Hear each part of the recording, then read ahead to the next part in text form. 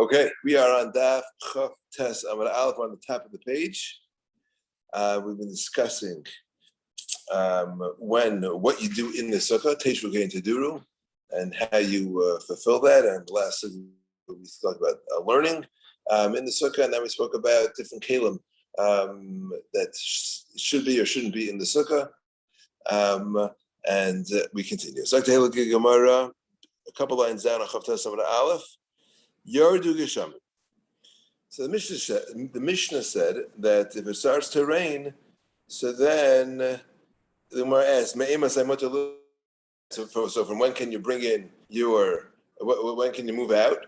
So it said when the porridge gets spoiled. So what does that mean? It says the Gemara, shall greasing. What kind of mikveh? A mikveh of greasing. Greasing are greasing is like wheat that is like thinly sliced. That's what they would use to make like their porridge or whatever they make it with. So greasing. So Rashi learns that this is a kula because that actually gets ruined more quickly than some other stuff. The Meiri brings a sheet that says no, this is actually l'chumra. So I'm not sure. I'll go with Rashi, but not that I eat this stuff, that I would know the difference. But if it's getting ruined, so you can know it. Abaye have a kayosef kameder of Yosef with metalawasa. So Abaye was sitting in Rabbi Yosef's sukkah, and Noshev Zika, a wind was blowing, and the kamaisi tivusa, and some of the splinters or some pieces maybe of the foliage, something, it started blowing and falling down into the sukkah. Okay. So Amr Lahu Rabbi Yosef said to the Chebra, I guess that was there. He said, all right, let's move in. Pnuli Mani, clear off my plate. I'm out of here. Pnuli Mani Mehacha, clear myself from here. I'm out. Amr Abai said, Rabbi, but it's not the Mishnah says Mishnah Tisacha Mikpeh. When the porridge goes bad, this is windy. So it might be a little uncomfortable. The pine needles are falling in, but that's not Mishnah Tisacha Mikpeh. So Rabbi Yosef answered, Amr Le Lididi. Even the Anina Datoi Kimi Shetisacha Mikpeh Damili. He says, I'm an istinus. I'm very finicky. So for me, these needles, the splinters of the schach blowing around or falling into me, it's too much for me. And therefore it says, it's tisrach hamikveh. No. I read this and I'm like, wow, that's a huge chiddush. That this is it's not objective halacha, it's subjective. Everybody can decide when it's considered a mitzvah for me, and it can go in. That's a huge chiddush. Wow, like, all right, that's good. Sometimes it's wet in the sukkah, you're like, it's uncomfortable, it's too cold, too hot. It sounds like it's a very subjective halacha according to this. The problem is that the Torah writes explicitly, and the Ramah brings it in Shulchan Aruch, and he says, I brought it down here, it says, V'loy yachal adam loymar mitztar ani. A person can't say that I'm mitztar. No, they're guidelines. So the Taz brings the Bach, and the Magen Avraham, they're all like, yeah, what do you call it? It's before Gemara that what about Rabbi Yosef? He left because he felt it was uneasy. It was too uncomfortable. So it is subjective. What? The Torah brings it. First of all, explain the Torah. You know what I mean? The Torah is not a lightweight. The Torah is, Ashkenaz, the Rosh Hashanah. We go with the Torah. And the Ramah passes them. The Ramah brings it. If the Ramah didn't bring it, I can say Hitaka argues on it. The Shulchan Aruch doesn't. Maybe Hitaka argues on it. I was thinking about that. The Torah brings it, the Ramah passes it, and there's a game like, what in the world is going on here? It's a Mefurish Gemara not like that. So I give two answers. The Bach gives an answer that for an istinus, there's also something there's an objective. Even for someone who's very finicky, but there's an objective of what finicky people wouldn't like. So it's got to fall into that realm. Right? So it's not totally subjective. If you're in this group, it's got to fit into. It's got to be something that everybody that's an istinus that's finicky would also not like this. Okay, so that you can be in that group, but you're not. It's not totally subjective. That's the Bach's answer. The Magen Avraham says it's got to be known that you're a mefunek. He's more concerned. It sounds like that. It's got to be known. Like Rabbi Yosef, it was known. Rashi brings the Gemara. Rabbi Yosef said about himself that he's got the worst of. The Gemara says that 3 people don't have a life: people that are too compassionate, people that have a temper, and people that are an istiness. And Rabbi Yosef says, I got all 3. I got all 3 of those issues. So it was bavus. It was well known that he was an istiness. So therefore it was okay that he took the kula. But if a stam is not known, then you can't. Those are the 2 malachim in the Nesa Kalim. But where did he get this from, the Torah, though? You want to answer a fine, but where did he get it from? So I saw the Vilna Gaon on the Shulchan Aruch.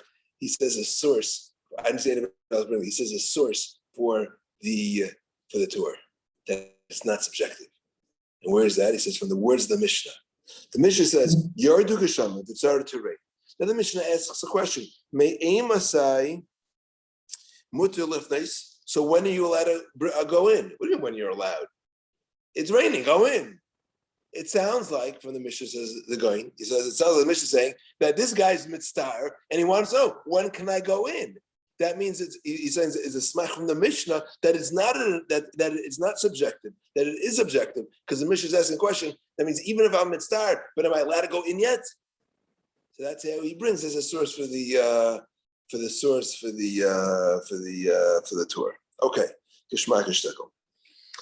Zak the Gemara weiter. Tarabban. Eichel b'sukkah v'yardu gesham. Okay, these are important halachas. The next couple of things. You're eating in the sukkah, and then it was yardu gesham. The yard. So you left the sukkah. You went out of the sukkah. You went back home, and now it stopped raining. So you got to go back into the sukkah. Says the Gemara, Ein matrichen oiselalis. You don't have to go back into the sukkah until you finish eating.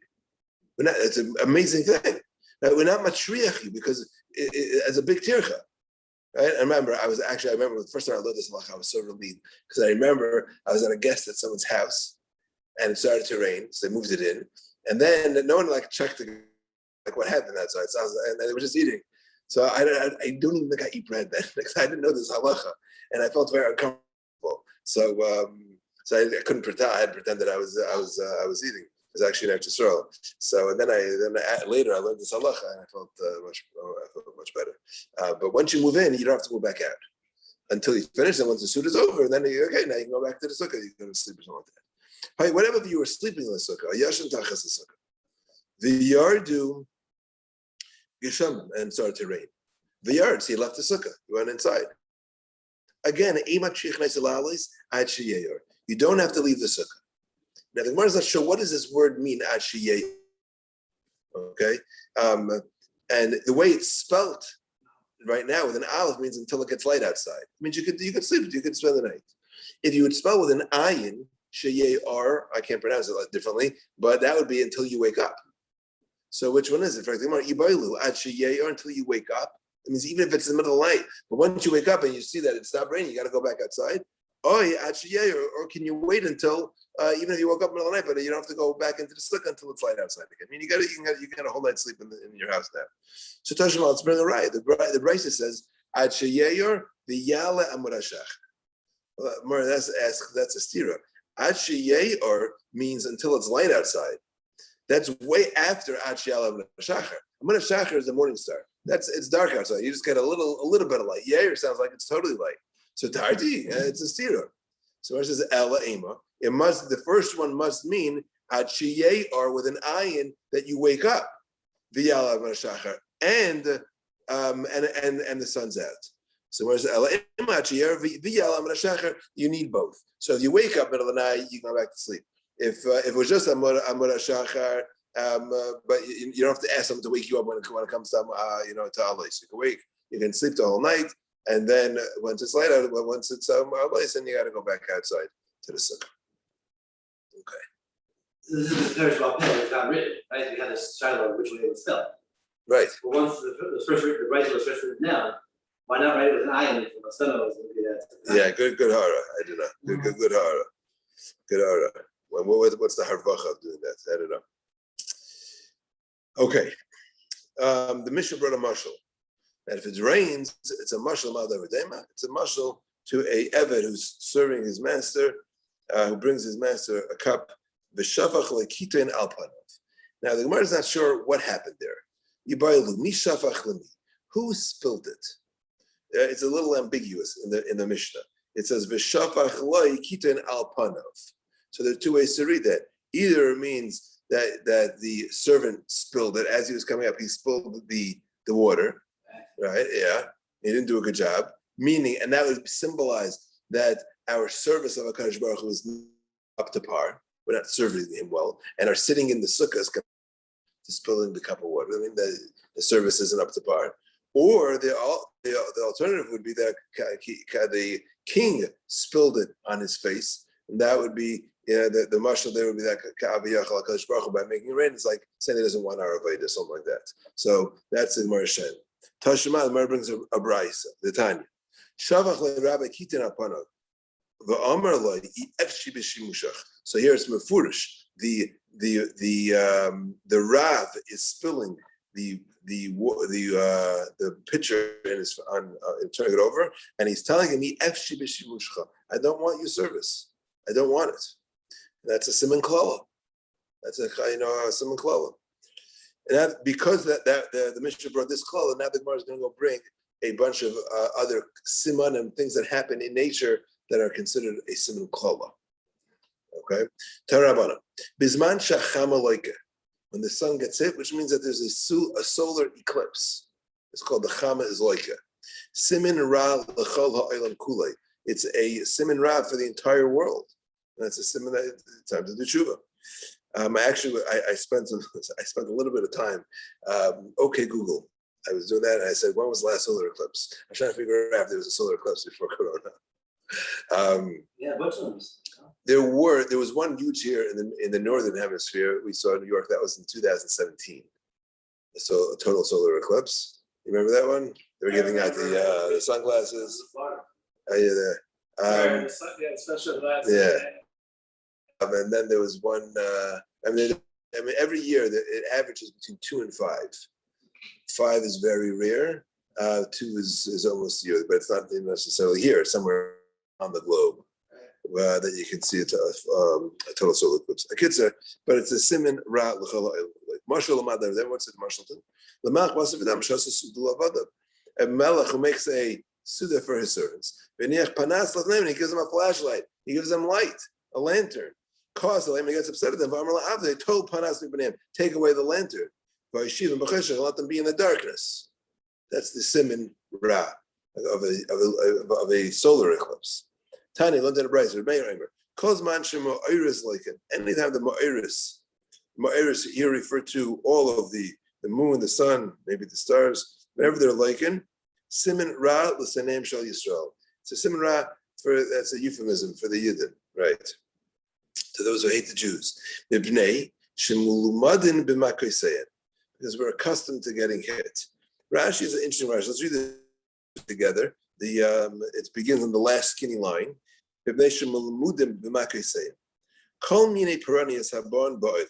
All different types of piranhas that come to the world.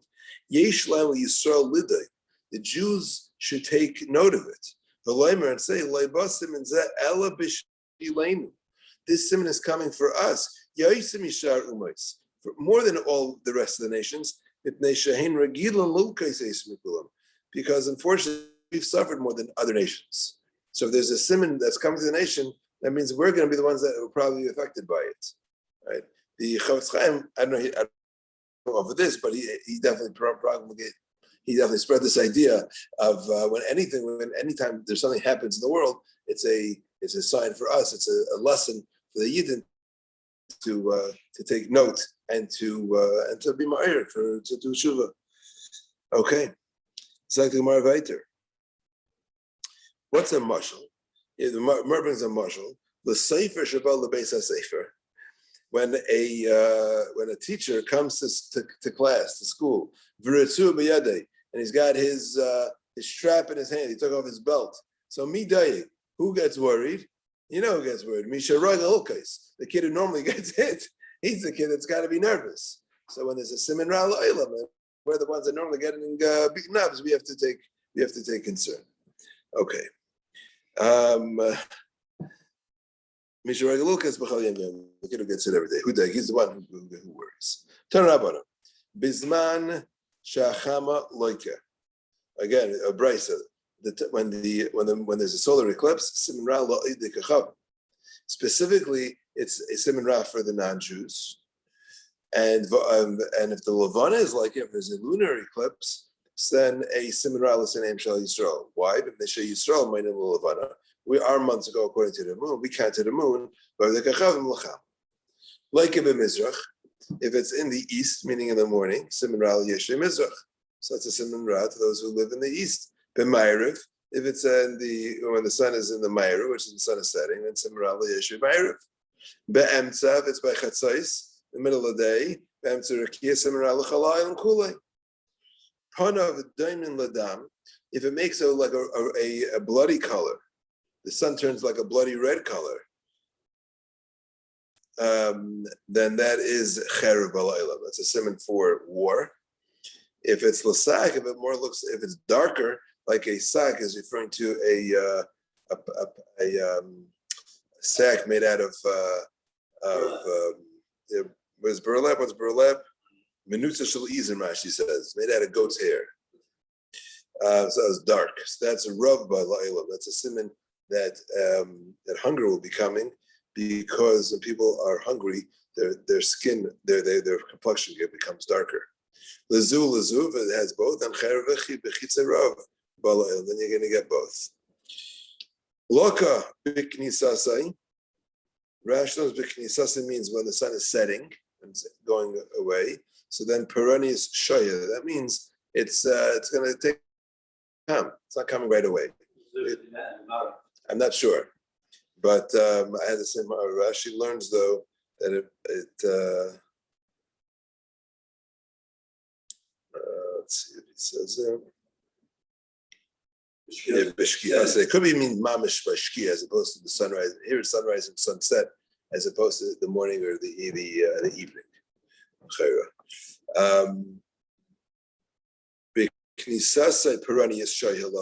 So if it comes by sunset, so that means you have time. Just like the eclipse only happened later, so that means it's also going to come later.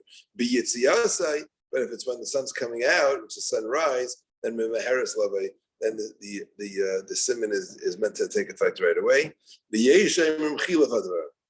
And others say the opposite. Okay, that if it's b'knisasai, arvis peranis meheres lavai. Rashi explains shas siman. Just like there's no time left in the day, so the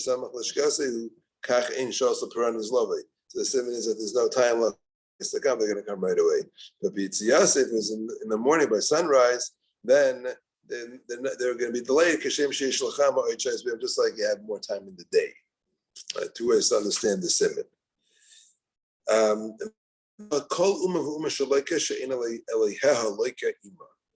Now, a Ummah will not get punished before it's Sar Lamala. Every nation has a minister above, an angel above, and therefore the angel and the Raif, the nation doesn't get smitten before the angel does. That's what Hashem did in Mitzrayim. All of the Avodah Zarahs in Mitzrayim got smashed at Chatzos. Now, important to know, when Klal Yisrael is doing the right thing, you don't have to worry about any of these. Like the pasuk says, Hashem, al derech hagoyim al tilmadu, ve'oises hashemayim al techatu, ki yechatu hagoyim mehema. So everything chachamim yechatu, ve'en Yisrael yechatu. The pasuk says, so says Hashem. Don't learn from the goyim, from the signs in the heaven, don't be scared. And for the goyim, these signs are for the goyim, for the goyim. So the goyim should be scared, but Klal Yisrael doesn't have nothing to be scared. So if we're doing Ritzen Shemakim, we have nothing to worry about. Let it have all the eclipses. Lo Mishaneh. Turn it up on it. I wonder if that applies to sitting in the sukkah. I wonder. Turn it up on it. Meaning if it rains, if the Yisrael is Eisr Ritzen Shemakim, I don't know, then it shouldn't rain. And it's like a funny thing, these simanim. Like if Yisrael is ice and such, you don't have to worry about this simon. So what is that? So what that means? You can assume it's for the Goyim. If it rains in the sukkah, it's only for the Yidden. Okay, Taraban. Bishul Arvid Varm Chamat Loike. The Gemara gives now four. The Gemara brings a Bryce that gives four reasons for a solar eclipse.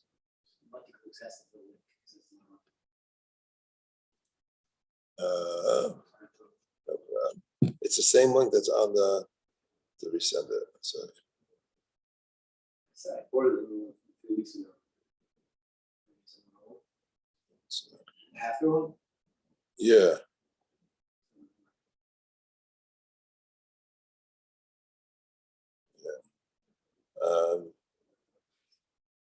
Maybe you could just put in the number. Let's see. Okay. Let's go right there. So four things. Because of four things, there's a solar eclipse. If the Abbezin is a leader dies and he wasn't given a proper hesped, so that means there's rape going on in the city. The city means people know about it and nobody responds. Mishkav Zachar on homosexuality.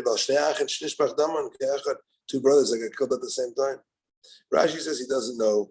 Rashi says it's just no reason. He says he hasn't heard a reason. Why it's these four. Now Rashi says Ma'iris here means the Levana and the stars, the moon and the stars. And that's al kaisve plaster, people who write false stars. People who bear false testimony. People who grow, who raise small animals in Eretz Yisrael because the assumption is that they graze in other people's property. But going to say Yilan is Taiva, people who cut down good trees, which is a lav.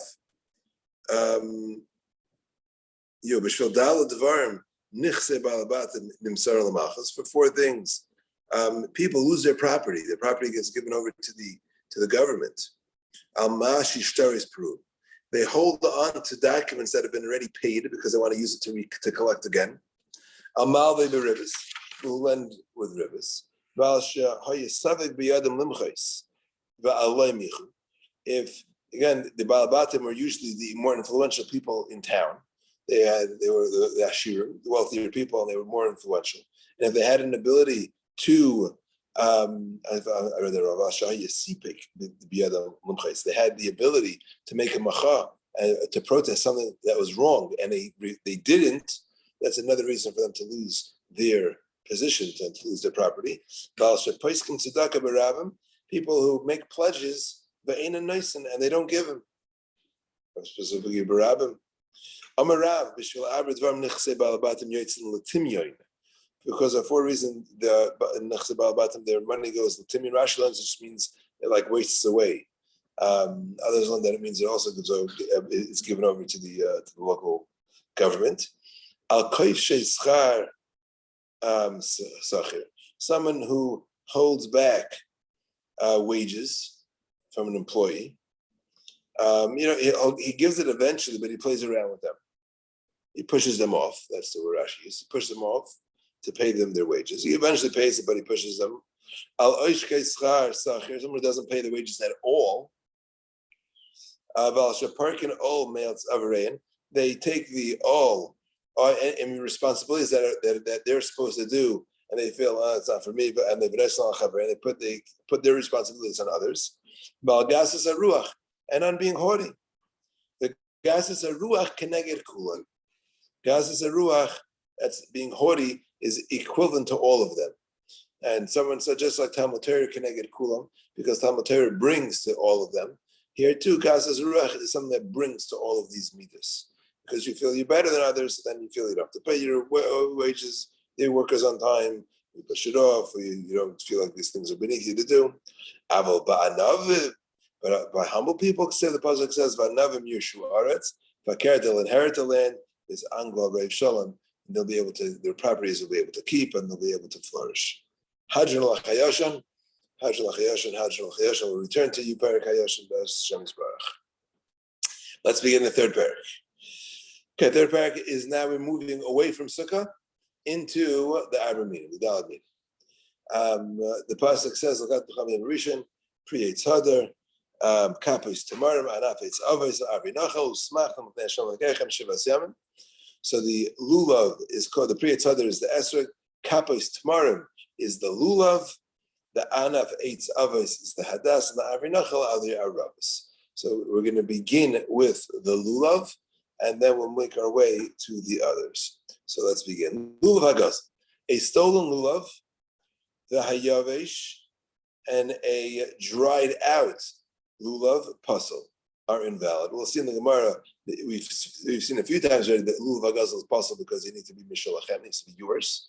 Kachem lachem needs to be yours. A dried out lulav is pasal. Rashi says because it needs to be va'anveyu, needs to be beautiful. And Taisus, what do you mean? That's not why you need a hadar. You need hadar because there's a hekesh tap Taisus between a pre-eitz hadar and all the other ones need to be hadar. That's why it needs to be hadar. It says, why bring in va'anveyu? And more than that, Taisus says, va'anveyu is l'chatchila.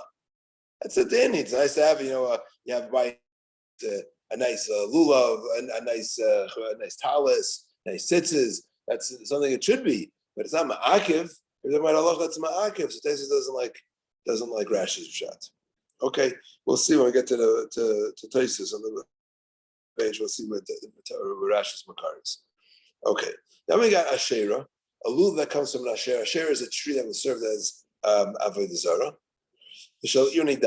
Or let's expire a seed that was condemned to be destroyed because most of the city served avodah zarah, and the entire city needs to be destroyed. Those are both apostle. Niktam roishay, if the top was chopped off, I take a scissor and cut off the top. All right. Taisa says there's a few alternatives if we're talking about just the one of the two middle leaves or most of the leaves. You cut off the leaves on top. Nifritzu alav, Rashi learns that means that the leaves are disconnected on the bottom. Think about if you cut your lulav on the bottom, right? How they attached? They're all attached there at the bottom. So you cut the lulav at the bottom. Now you have, and you tied it up already. So you have all the leaves that is hanging there, but they're not attached. That's what Rashi learns. Nifritzu alav, puzzle no good. Nifridu alav, but if the leaves just separated, right? Because you have to remember, a lulav turns into a palm branch. Those huge palm branches that started off as a lulav. So eventually they get bigger, and then the leaves start separating. So nifridu alav, if it started to separate kasha, it'll be okay. If Yudis says, you should tie it so that it goes up against the spine. Tzine har barzel, these are a species of that grow on the Iron Mountain. We'll see that they didn't get a lot of rain, I think. That'll be Rashi. The Gemara will discuss that. And there's our ksheris. A lulav sheyesh by shleisha tvachim, kedei lananei bay. A lulav that has 3 tvachim in order to shake it, and that we'll see the Gemara means 3 tvachim plus an extra tefach to be minaneh with kosher, that remains kosher. Okay, I think we'll stop here and we'll continue tomorrow because it's one sugya that's going to go further, and we'll do that by Ezras Hashem tomorrow. Stay tuned for tomorrow's shir.